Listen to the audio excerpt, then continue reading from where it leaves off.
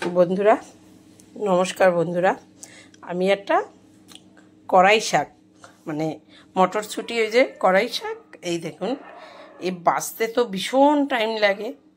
এবছর এই শাক করিনি, এই শাকটা করব, দেখুন আপনারা।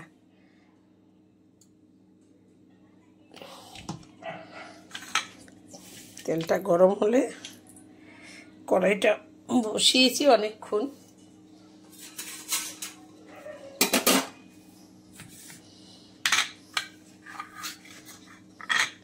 একটু রসুন দিলাম আর দুটো পেঁয়াজ দেব, দিলে ভালো লাগবে খেতে।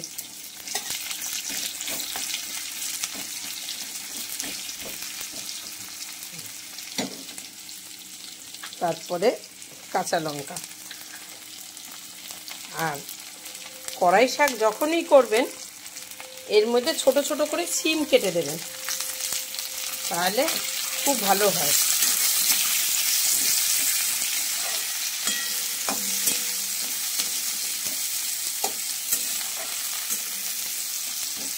সিমটা দিলে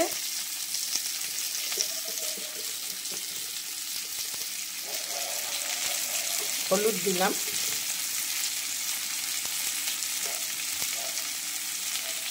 নুন দিয়ে দিলাম, নুনটা একবারই দিলাম।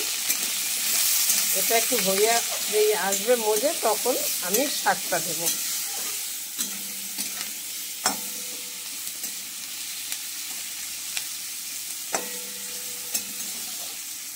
এইভাবে শাক ভাজলে তো এই কড়াই শাকটা দেখুন। এবার আমি কড়াই শাকটা দিয়ে দেব।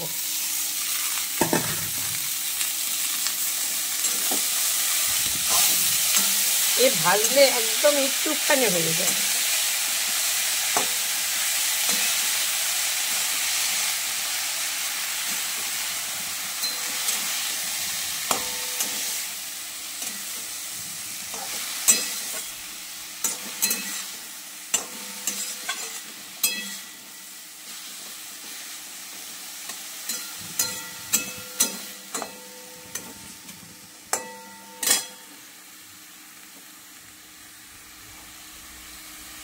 বন্ধুরা হয়ে এসছে। এই শাকটা ভীষণ খেতে ভালো। কড়াই শাক আপনারা কে কীভাবে খাচ্ছেন, কবে খেয়েছেন, আমি ঠিক করছি কিনা।